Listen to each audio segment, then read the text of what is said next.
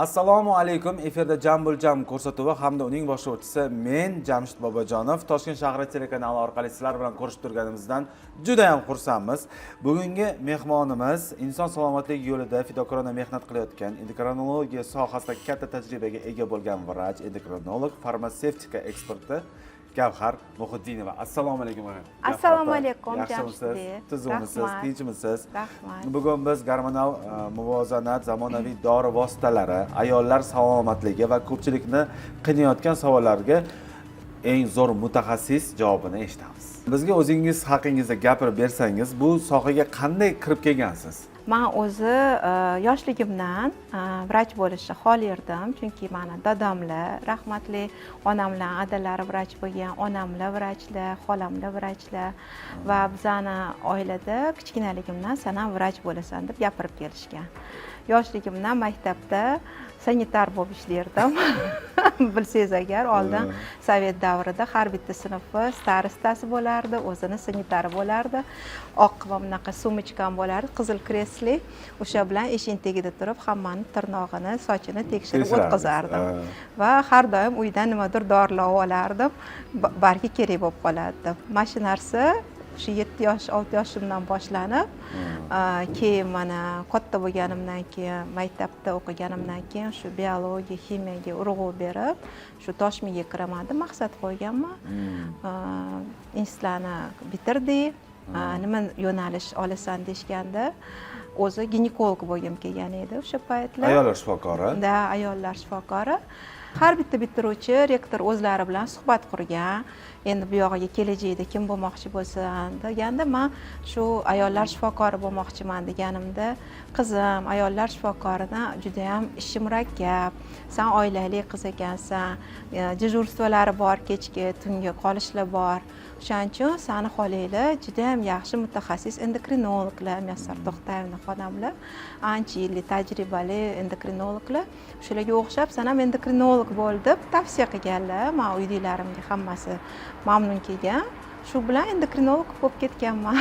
Xolangizni tajribalari bo'lgan baribirga ham ko'p savollaringizga javob olgansizda, oson bo'lgan ekanda. Demak, oiladan bo'lgan onangiz qaysi shifokorlar? Onamlar ular ham Toshmini bitirganlar, lekin ular ko'proq ilmiy izlanish bo'yicha nauchniy xodim bo'lganlar, kandidatskiy dissertatsiyalar qilganlar va doktorskiy dissertatsiya qilayotganlarida menga homila bo'lib qolganlar. Shunda odamlar aytgan ekanlar, yoki doktorskiy dissertatsiya qiling, yoki 3-farzandni tug'ing. Men o'zi aytishadi, planda yo'q bo'lgan. Rejada bo'lmagan va eng zo'r doktorskiy bu loyihalar siz bo'lgan ekansiz. Men bo'lganman, chunki akam bo'lgan, opam bo'lgan. Boshqa planda farzand tug'ish nimaligi bo'lmagan, rejada bo'lmagan. Har doim meni onamlar rahmatli, sen meni doktorskiyimsan, sen meni professorimsan deb nima xursand bo'larlar. Yaxshi ham o'shanda adaylar shunaqa degan ekanlar, men seni tanlaganman deb. Men keyin dunyoga kelganman. O'zi ziyoli oiladan ekansiz, vrach shu yoshligidan miyaga quyilgan ekan. Bu narsa qonda bor ekan demak. Qonda bor edi. Bugungi kunda eng ko'p uchrayotgan gormonal muammolar qaysilarga turibdi hozir? Hozirgi kunda eng ko'p uchrayotgan bu bizani birinchidan hayotimizni tarzi o'zgargani bilan bog'langan bo'lib, ko'pincha hozir metabolik sindrom rivojlanyapti. Meni o'zimni ilmiy ishim ham shu metabolik sindromni hayotda kelib chiqadigan miyada insultlar, yurakda infarktlar kelib chiqishiga ta'sirini o'rganib chiqqanman. 4 mingtadan ziyod respondent o'rganilgan. Bu poliklinika miqyosida, klinika miqyosida insult bo'lgan bemorlarda nima sabab ularda shu narsaga olib chiqqanini o'rganib chiqqanman va integralniy otsenkasini qilib, integral baholash yo'li orqali ularda shu insult, infarkt kelib chiqmasligini tablitsasini yaratganman o'zimni ilmiy ish natijamda. Bu poliklinikada birlamchi zvenoda qo'llanib kelyapti. Metabolik sindrom bu nima degani? Bu tana vazni oshishi normadan, bu qorin qo'yish, bu obmenniy protsesslarda, mana shu xolesterin, lipidni profillarda o'zgarishlar kelib chiqishi va davleniya, qon bosimi oshib borish, bular hammasi birga kelganda metabolik sindrom deyiladi. Buni qanchalik bog'li tashxislasangiz, shunchalik qandli diabet, insult, infarkt kelib chiqishini oldini olish mumkin. Shuning uchun mana hozir muhtaram prezidentimiz ham aytibdilar, o'sha ishlayotgan joyida sharoit qilinglar, fizkultura bilan, jismoniy tarbiya bilan shug'ullansin, sport bilan shug'ullansin, to'g'ri ovqatlanish tarzini rivojlantirish kerak. Nimaga? Chunki hozir hamma narsa kompyuterizatsiya bo'lib ketgan. Hamma sifrizatsiya bo'lib ketgan.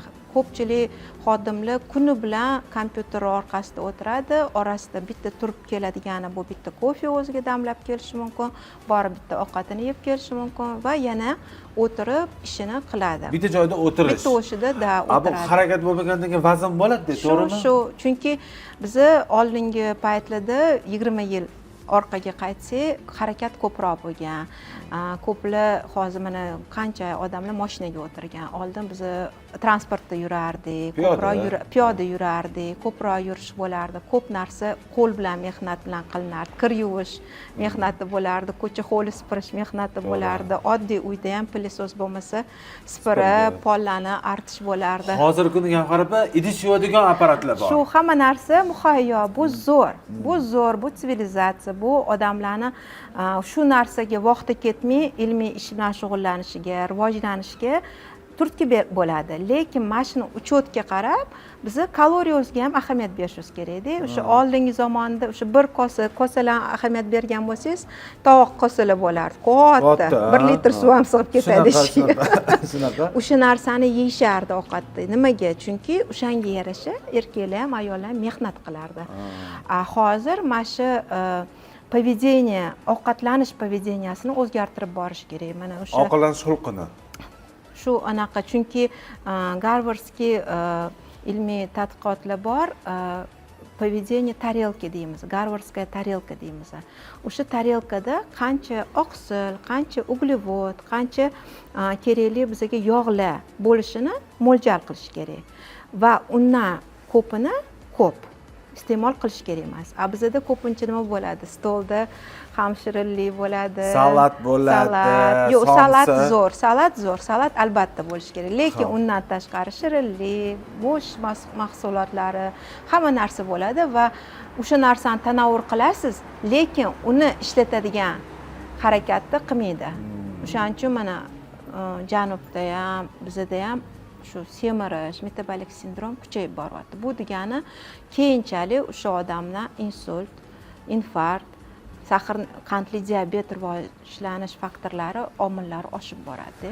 Demak, buni oldini olish uchun shu oqsillarga boy bo'lish kerak, hisoblash kerak va ko'proq harakat qilish kerak. Albatta. To'g'rimi? Albatta. Qalqonsimon bez kasalliklari nimaga ko'payib boryapti hozirgi kunda? Qalqonsimon bez kasalliklari ham bu bizani iqlim, endi baribir bizda nima deydi, kerakli miqdorda gormonlar yetishmagani uchun, yod preparatlarini vaqtida qabul qilmaslagani uchun kelib chiqadi. Bu endi bizda yoshligimizda har doim krayevoy patologiya deyishardi. Bizani hududga xos holat, chunki bizda dengiz yo'q, afsuski, va shu uchun ham biz har doim yoshligimizdan esingizda bo'lsa, bog'chalarda antihistamin berilardi. Homilador ayollarga yod preparatlarini taqdim etamiz va qon temiriga ahamiyat bering deymiz. Ko'pchilik shu narsaga ahamiyat bermaydi.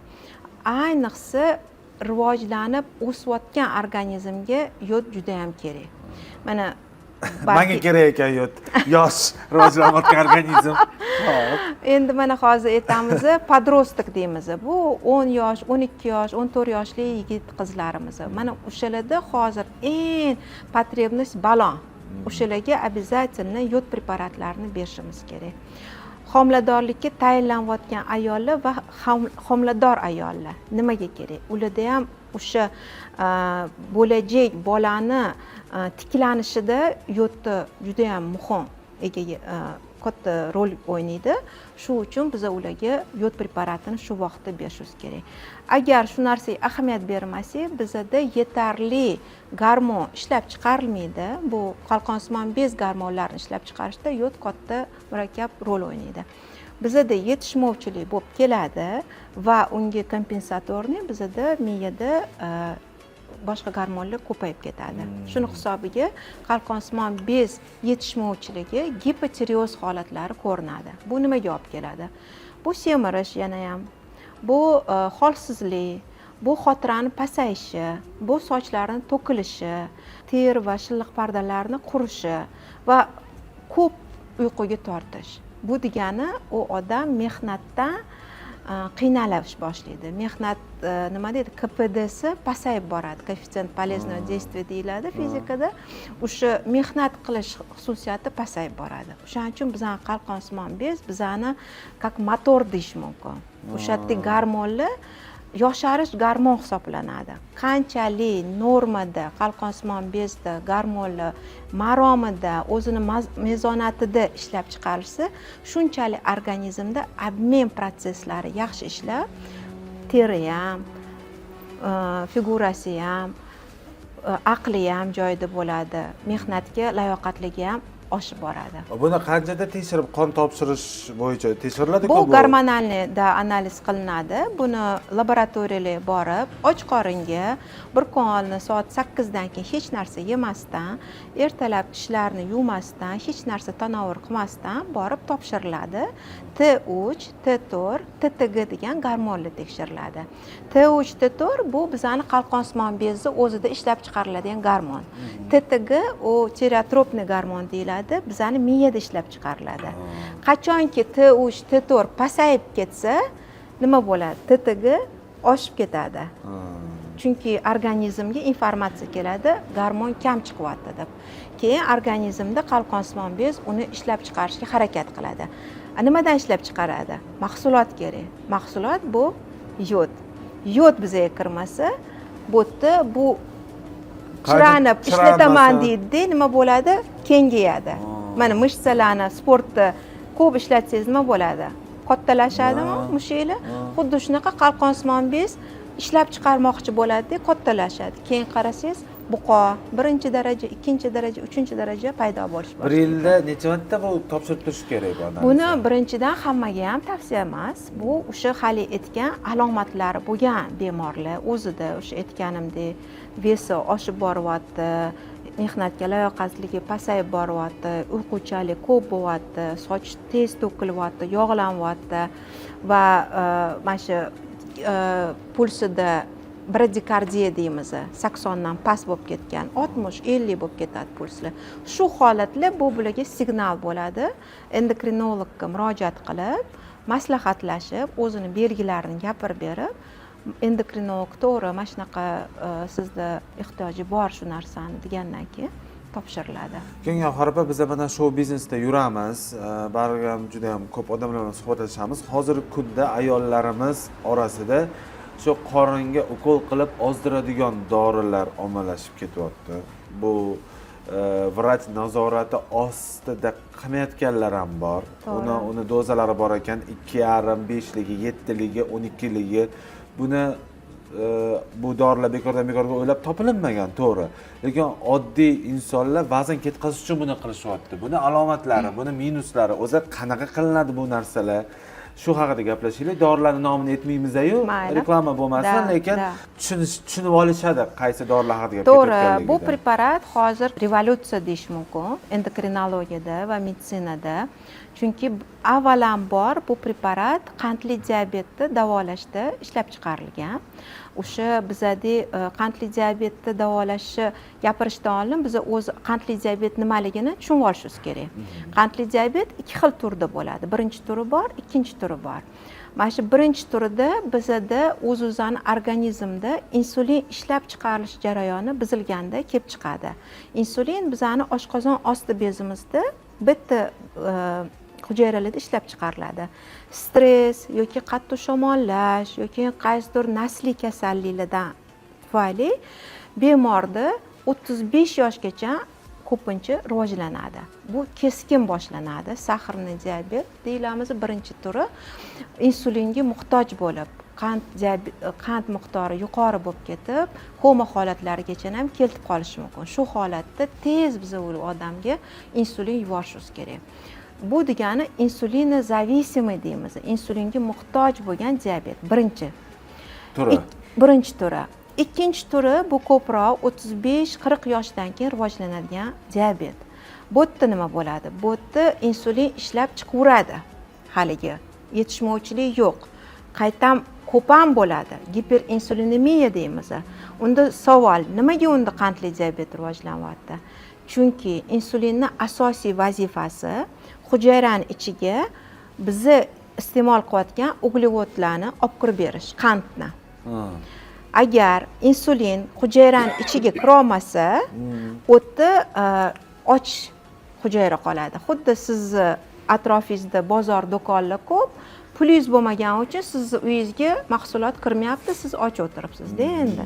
Masalan, pul kelishi bilan eshik ochiladi, siz borib mahsulotni olib kirasiz. Xuddi shunaqa narsa insulin. Glukozani shundoq o'ziga o'tkazib, mashinaga o'xshab hujayraga olib kirib beradi. Lekin insulin ko'p, nimaga kirmayapti? Kalti bo'lmay qoladi. Darvoza ochilmay qoladi. Sezuvchanlik yo'qoladi hujayra bilan insulinning orasida. Mana shu preparatlar o'sha insulinni kaltini topib hujayraga kirishga yordam beruvchi preparatlar. Ular ko'pincha tana vazni yuqori bo'lgan, qandli diabet bo'lgan bemorlarga yozilib beriladi. Endi bir xilla ozgina 5-6 kiloga semirsa ham kosmetologga borib o'zligi qilib olishga o'rganyapti. Bu keyinchalik o'sha kalt sistemasini, darvoza kalt sistemasini buzilishiga olib keladi. Va ularda hozirgacha ishlab turgan narsani o'zligi biz qo'yishlik mumkin. Tushunyapsizmi? Kalitda. Keyinchalik xuddi anaqaga o'rganib qolgandek, shunaqa o'rganib qolish bor. Buni ko'pchilik tushunmayapti. Birinchi вечеринkaga yoki birinchi dam olishgacha ozib olaman deb 3-4 kilo zo'r ozilarkan, bir oyda ketarkan, bir oyda 6 kilo tashlashayotgan shunaqa ketib qiziqishyapti-da yoshlar. Lekin uni o'zi qilmagandan keyin mana qulub kalti bo'ldi, biz bo'lishdi. Semirib ketadi yana. Keyin semirishga moyillik bo'ladi. Keyin shu dorini qilib borish kerak bo'ladi. Ziyoni ham bor-ku, to'g'rimi? Albatta, o'shaning uchun aytyapman. Agar sizda tana vazni juda ham yuqori bo'lsa, siz yillab harakat qilyapsiz, ozolmayapsiz, fizkultura qildingiz, boshqa qildingiz, bariatriya qilyapti hozir, oshqozonni anaqa xirurgichskiga olib tashlashyapti, ma'lum bir anaqasini qismini. Mana shulardan keyin yordam bermayotgan bo'lsa, mana shu preparatlar bor. Bu zo'r. Bu bizga endokrinologlarga yaxshi nima deydi, davolashga o'rnak bo'ldi. Lekin mana o'sha yoshlarga ayniqsa tavsiyam unaqa временный olaman, ozib olaman, keyin chiqib ketaman deb o'ylash kerak emas. Hozir biotriya masalasiga to'xtaldingiz. Shunaqa gaplar borki, biotriya qilgan insonlarda qandli diabet bo'lmaydi deyishadi. Shu gap rostmi? Rost, chunki bariatriyani ikki xil usulda qilishadi. O'sha bypass deyiladi. O'shanda bizda oshqozon osti bezi joylashgan kletkalar bilan, bizani ichaklar bilan hamma narsani svязка qilib berishadi. Sizda normada o'sha glukoza, insulin muvozanati joylashadi va to'g'ri ichim bo'ladi. O'shaning uchun bu ham yaxshi revolyutsionniy решение bo'lgan. Hozirgi kunda qancha odamlar 200 kilo, 150 kilo bo'lib ketib, hech narsa qila olmaydigan bo'lib, hali aytganimizdek semirgandan keyin davleniya oshadi, insult kelib chiqadi, infarkt kelib chiqadi. Shu holatlarga uchrashyapti. Hozirgi kunda bu bemorlar bariatriya qilib, o'zini vesini to'g'ri qilib, hozir shu kasallardan xolis bo'lyapti-da. Men o'ylayman, bu ham tavsiyasi bilan zo'r metodika. Biotriya qilgandan keyin agar vaqti o'tib bu narsalarni ovqatlanishlarni to'g'rilamasa yana semirib ketish xavfi bor, to'g'rimi? Ko'pchilik mana shu bariatrический reabilitatsiya periodini yaxshi o'tkazishmaydi. Mana shu bariatriya o'tkazgandan keyin o'sha 6-8 oy ichida xuddi tug'ilgan chaqaloqdek ovqat yeyish boshlashdan boshlash kerak. Ozgina yarim qoshiq, bir qoshiq mana shunaqa qilib, mana shu bizani o'sha anaqasini oshqozonni o'rgatib borish kerak.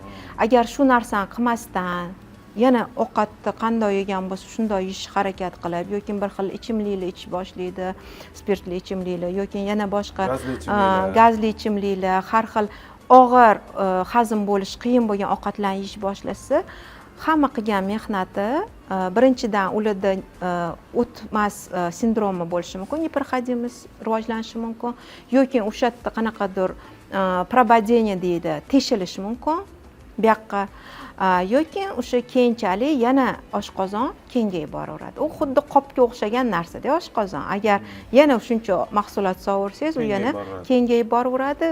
Qarasangiz 4-5 yildan keyin o'sha bariatriya qilgan odam yana o'zini holatiga kelib qolganini ko'rasiz. O'shaning uchun har bitta metodika u bir kunlik emas. Bu bizni o'z-o'zani поведение, harakatimizni o'zgartirishimiz kerak. Agar siz dori olasizmi, bariatriya qilasizmi, hamma holatda siz o'shandan keyin reabilitatsiya paytini o'ylab qilishingiz kerak. Hozir ko'ryapmiz juda ham hozir shunaqa joylarga borsam, ayol qizlarimiz mana qutichalarda har xil vitamin, biologik qo'shimchalarni ichib yurishibdi-da. Bu qanchalik to'g'ri? Shifokor nazorat qilish kerakmi buni? Biologik qo'shimchalar bu juda ham yaxshi narsa. Men 20 yil oldin Amerikaga, Qo'shma Shtatlarga borganimda, u yerda o'sha hamma aptekada unaqa dorilar sotilmasdi. Hamma o'sha biologik qo'shimchalarda o'tiradi. Nimaga? Bular kofaktor hisoblanadi. Bu dori emas. Bu bizani organizmda yetmagan moddani o'rnini bosib beradigan moddalar. Ularni dozasi yuqori bo'lmaydi. Kichkina doza vitamin, kichkina doza kollagen, kichkina doza qaysi o'sha sink, yod nima ichayotgan bo'lsa, u nelechebniy dozada, davolash dozasi emas, profilaktika dozasi va hozirgi kunda bu ichayotganlar nutritsiolog bilan maslahatlashib, vaqtida o'sha kerakli nimani ichib borish, men o'ylayman, bu juda ham yaxshi. Keyinchalik kasal bo'lmaslikka oldini olishadi. Yetishmovchilik. Bizda nima qilishadi? Ko'pchilik o'sha batlaga pulini ayab, to'y hasham qiladi, boshqa qiladi-da, lekin yotib qoladi keyin. To'g'ri gapiryapsiz. Men o'ylayman, mana shu narsa bizga balki endi kirib kelyapti, lekin bu bizani uzoq umr yashashimizga, sog'lom yashashimizga yordam beradigan narsa. Farmatsevtika sohasida sifatli dori vositalarini qanday tanlash kerak? Xudoga shukr, bizani davlatimizda juda ham agentство, farmatsevtika qo'mitasi buni qattiq nazorat qilishadi. Har bitta aptekaga chiqishdan dori sertifikatsiya jarayonidan o'tadi. Mana biz ham shu dorilar bilan shug'ullanamiz. Har bitta dorini avvalambor bizani hududga kirishdan oldin registratsiya jarayoni bor. Registratsiya jarayonida shu molekula qayerdan ishlab chiqarilyapti, qaysi dokumentlari bor ichida, dosye yig'iladi. U dosyelarda ichida tarkibida har bitta komponent qanaqa zavoddan ishlab chiqargan, stepen очистки deymiz, tozalanish darajasi tekshiriladi va o'sha zavodga borib go's inspeksiya o'tyapti hozir. Mana 2 yildan beri dorini bu yoqqa olib kirishingizdan oldin o'sha ishlab chiqarilayotgan zavodga bizani mutaxassislar, GMP mutaxassislari borib, o'sha zavodda factoring deyiladi, o'sha yerda tekshirib, qaysi darajada качественный produksiya ishlatishyapti, qaysi jarayon to'g'ri qilyapti. Agar nimadir noto'g'ri bo'lsa, замечание yozib berishyapti. O'sha zavod o'sha замечаниeni o'zgartirmaguncha, to'g'rilamaguncha yo'q. Agar o'sha замечание bartaraf qilingandan keyin, bular bo'ldi, yaxshi, bizani qoniqtiradi degandan keyin, bular ularga akt beradi. Keyin u dorini bu yerda siz registratsiyaga haqqingiz bor. O'sha mutaxassislar zavodda jarayonni, bu oldingi zamonda u Indiyada qaysidir garajda chiqadigan dorilar o'sha kirib kela olmaydi. Tushunyapsizmi? Bu yerda o'sha zavod, GMP, GGP hamma sertifikati tekshirilib, качество substansiya tekshirilib, kirgandan keyin bu yerda ularga registratsion удостоверение 5 yilga beriladi. Mana 5 yil o'tgandan keyin yana bir marta boriladi, yana tekshirishadi. dori ichilgidi-ku, qo'llandi-ku desa, yo'q, o'sha GMP standarti bo'yicha yana qaytarilib, tekshirilib, keyin olib kiriladi. Kirgandan keyin ikkinchi etap sertifikatsiya. Sertifikatsiya ham 1 oy, 1,5 oy ichida, tabletkalarga sal kamroq, inyeksiyalarga uzoqroq vaqt tekshiriladi. Keyin sertifikat соответствие, mana shu yerda instruksiya yozilgan narsaga bu to'g'ri kelyapti degan sertifikat соответствие olgandan keyin uni dorixonalarga sotishga haqli. O'shaning uchun va har bitta dori hozir detoks orqali, счет faktura elektronniy bo'lgan, hamma narsa prozrachniy aptekaga chiqyapti. O'shaning uchun Xudoga shukr, hozir siz qanaqa dori olmasangiz ham aptekada, ular hammasi sertifitsirованный. Qo'rqmasdan bemalol olish mumkin. Gavhar opa, keling tasavvur qilamiz. Tasavvur. Sizga imkoniyat berildi. Samolarga qo'ng'iroq qilish. Samolarga. Ha. Hayotingizda bo'lgan, o'tib ketgan insonlardan bitta odamga qo'ng'iroq qilish imkoniyati. Kimga qo'ng'iroq qilgan bo'larsiz? Bittami? Kimga qo'ng'iroq qilgan bo'larsiz, nima degan bo'lasiz? Hozir men otamlarga aytsam, onamlar u yoqda xafa bo'ladilar. Onamlarga aytsam, tasavvur qilaylik, ular ikkalalik shunaqa o'tirishdi choy ichib, shu ota-onamga qo'ng'iroq qilardim. Chunki ular meni eng yaqin, meni shu dunyoga keltirgan odamlar bo'lishgan. Men ularga juda minnatdorman. Chunki bular bizani shunchalik tarbiya qilishganiga, voyaga yetkazishganiga, bilim, shu bilimga, o'qishga sevgi uyg'otishganiga. Men hali ham mana hozir o'qishdaman, MBA'da o'qiyapman, Kazminskiy universitetida.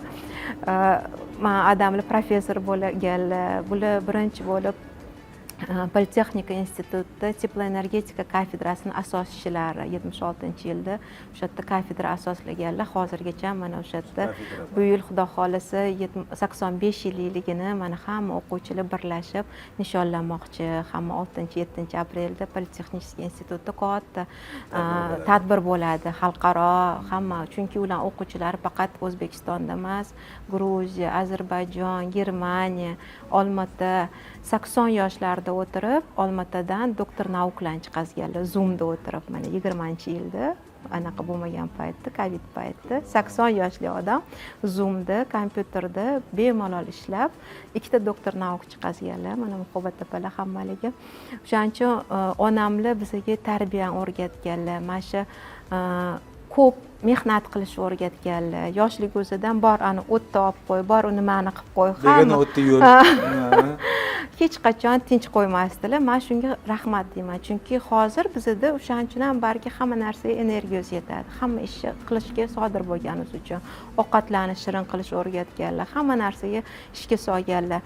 Va fizkulturaga, ular fizkultura institutida dotsent bo'lganlar. Lechebniy fizkultura bo'yicha dars berardilar. Birinchi bo'lib mana shu massajlarni, nimalarni mana shu yerda o'qib ketishardi. U Isroilga ketadigan nimalar, fuqarolarimiz. O'shanda 80 yoshgacha onamlar kuniga 2 kilometr hovlida yurmasalar tinchib qolmasdilar. 80 yoshda tasavvur qiling. Shu ikkita odamga men telefon qilardim. Ular mana shunaqa o'tirgan bo'lsa, agar o'sha yerda eshitsa, ularga katta rahmat degan bo'lardim. Minnatdor bo'lib. Gavhar opa, bilasizmi, men juda ham ko'p insonlar bilan suhbat qilamiz, intervyular bo'ladi. Sizni bilimlaringiz juda ham va gapirishingiz, ohangingiz juda ham yoqimli ekan. Yo'q demasdan qatnashga rozilik berganingiz uchun kattakon rahmat. Sog' bo'ling, salomat bo'ling. Oilangizga xotirjamlik, ishingizga zafarlar tilab qolamiz. Rahmat. Jam ko'rsatuvi tomoshabinlarga tilaklaringiz. Hamma bizani eshitayotgan ayollarga, erkaklarga avvalambor sog'lik, salomatlik tilayman. Sog'ligingizga ahamiyat beringlar. Undan o'zingizga pul ayamanglar. Chunki o'sha samolyotdagi gap birinchi o'zingizga niqob kiying, keyin bolangizga. Chunki siz sog' bo'lsangiz, siz hech kimga muhtoj bo'lmasangiz, siz hammaga baxt ulashasiz. Siz oilangizga nur ulashasiz va sizni bolalaringiz onam sog', otam sog' deb yuradi. Bu uchun faqat o'zligiga ozgina ahamiyat berib, yoshlar vaqtida vitaminlarni ichib, homilador ayollarga mehr berib, ayniqsa yosh yigitlarimiz, homilador ayollar, chunki ular bizani kelajagimizni ro'yobga hayotga keltiradigan ayollar. Shuni tilab qolardim. Rahmat kattakon. Sog' bo'ling. Bu jam ko'rsatuvi edi. Bir haftadan so'ng ko'rishguncha deb qolamiz va ko'rsatuvimiz hamkori To'xtash mebellar saloniga o'z minnatdorchiligimizni bildiramiz. Ko'rishguncha.